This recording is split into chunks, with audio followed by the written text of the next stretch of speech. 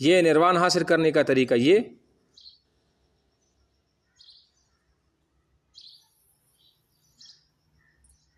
میں نے تو یہ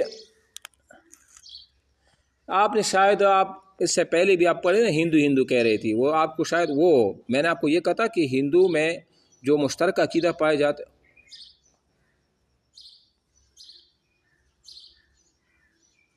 ہاں وہی ہم بھی یہی پڑھ رہے ہیں۔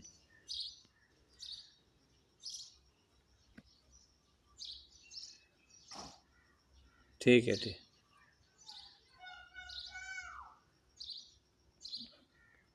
اچھا جی چلو اچھا ابھی کہاں پڑھتے؟ مرکزی نقطۂ نظر، یہ مرکزی نقطۂ نظر پڑھے نا۔ یہ مرکزی نقطۂ نظر سے کیا مراد ہے پتہ ہے آپ کو؟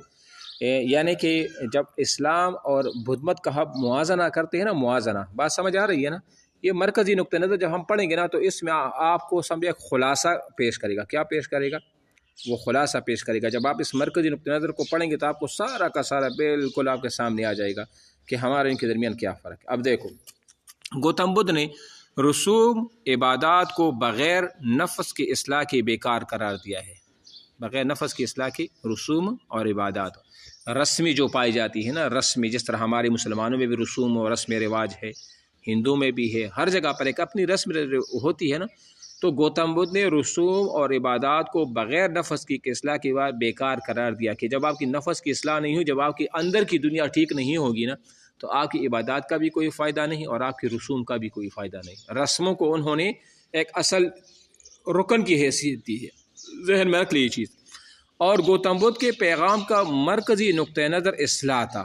مرکزی نقطۂ نظر کیا تھا؟ وہ اصلاح تھا، جبکہ اسلام میں محض رسومات کا انکار کیا گیا ہے۔ انہوں نے اس کو رکن قرار دیا۔ کس چیز کو؟ دو چیزیں تھی نا، کہ نفس کی اصلاح بھی تو ہے، لیکن نفس کی اصلاح کیا ہے؟ رسوم اور عبادات، اس کے ساتھ نفس کی اصلاح ہوگی تو سارا کاتا کلیئر ہوگا۔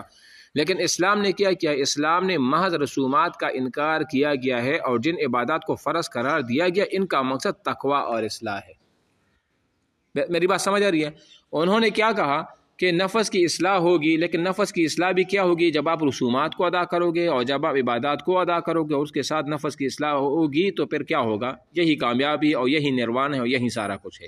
جبکہ اسلام میں تو رسومات کو ختم کیا گیا، جو ہم رسمیں کرتے ہیں، ہر علاقے کی الگ الگ رسم ہوتی ہے، ملک کی سطح پر کچھ رسمیں ہوتی ہے، یہ ہماری عبادات کا حصہ نہیں ہے، یہ ہماری عبادات کا حصہ نہیں ہے۔ بلکہ اسلام نے تو کس چیز کا عبادات کو، جو مثال روزہ، نماز، روزہ، حج وغیرہ وغیرہ، یہ جو ارکان ہیں ان کو کیا قرار دیا؟ ضروری قرار دیا ہے اور فرض قرار دیا ہے، اور یہ بھی تب قبول ہوگا جب آپ کی نیت میں اخلاص ہوگی اور تقوی ہوگی، اور اسی چیز کا نام کیا ہے؟ وہ اصلاح ہے۔ یہ تو مرکزی نقطۂ نظر ہو گیا، ٹھیک ہے نا؟ اب آ جائیں خواہشات نفسانی، اسلام میں کیا اور گوتم بدھ میں کیا ہے؟ اتفاقیات، اطمینان کیسے حاصل ہو، رہبانیت، بیکاری پن، متعدی امراض وغیرہ وغیرہ، یہ تو گوتم بدھ، ادھر دیکھو ابھی خواہشات، گوتم بدھ نے حرص وہوی کو تمام تکالیف اور مصائب کا سرچشمہ قرار دیا ہے۔ حرص، ٹھیک ہے، ظاہری بات ہے۔ اس طرح گوتم بدھ اپنے پیروکاروں کو حکم دیتا ہے کہ حرص اور وہوی کی سرکش اونٹنی کو ذبح کرو، یہ ان کا طریقہ ہے، یہ اس کا کیا ہے؟ طریقہ ہے۔ یعنی حرص تو ویسے بھی ٹھیک نہیں ہے نا، اب حرص کو کیسے ختم کیا جائے، حرص پر کیسے قابو پا لیا جائے تاکہ آپ کے اندر حرص کا مادہ بالکل ختم ہو، تو انہوں نے اس کا طریقہ ایجاد کیا۔ وہ طریقہ یہ تھا کہ سرکش اونٹنی کو ذبح کرو تو آپ کی حرص ختم ہو جائے گی، یہ ان کا طریقہ تھا۔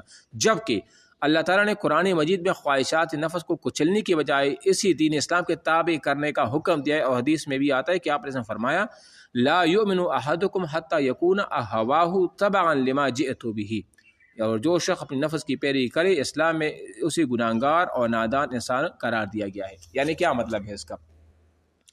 اسلام میں تو یہ ہے کہ اگر آپ کے اندر حرص پیدا ہو جائے، دنیا پرستی پیدا ہو جائے، تو اس سے چھٹکارا پانے کے لیے صرف یہی حدیث بھی ہے نا، یہ کہ یکون حتی یکون ہوا تبعا لما جئت بہ، کہ آپ کے خواہشات تابع ہو جائے جس چیز کو میں لے آیا ہوں۔ ان اللہ کے نبی فرماتے ہیں جس چیز کو اب وہ کیا لے کے آئے ہیں، وہ اللہ تعالیٰ کی طرف سے احکامات لے کے آئے ہیں اور اپنی سنت، اپنے طریقے ہیں کہ اس پر عمل کرو گے تو آپ کی حرص کیا ہوگی؟ ختم بھی ہوگی، اور آپ کی حرص اس طرح نہیں رہے گی۔ ہاں جو دوسری حرص ہے علمی حرص وہ تو ممدوح ہے، اس کی تو تعریف کی گئی ہے، وہ رہے گی، لیکن وہاں پر کیا ہے انہوں نے کہا کہ سر